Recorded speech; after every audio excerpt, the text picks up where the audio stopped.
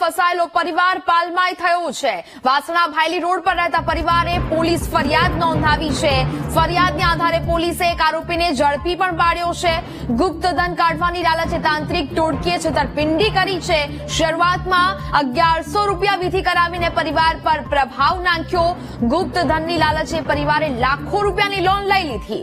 જુદી જુદી વિધિના નામે ટોળકીએ પરિવાર પાસેથી લાખો રૂપિયા પડાવી લીધા।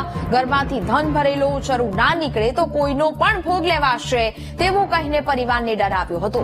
હાથ ચાલાકીથી દરેક વિધિ બાદ તાંત્રિકે ચરુ કાઢ્યો અને પ્રથમવાર સોનાના મણકા ભરેલા ચરુમાં ભડકો થયો હતો। મહિના પછી ચરુ ખોલતા તેમાંથી કોલસા નીકળ્યા હતા। બીજી વાર ચરુમાંથી હીરા નીકળ્યા તો પરિવારે ખોલતા તેમાંથી રેતી નીકળી। ત્રીજી વાર આ ચરુમાંથી હાડકું નીકળતા પરિવારને છેતરપિંડીનું ભાન થયું।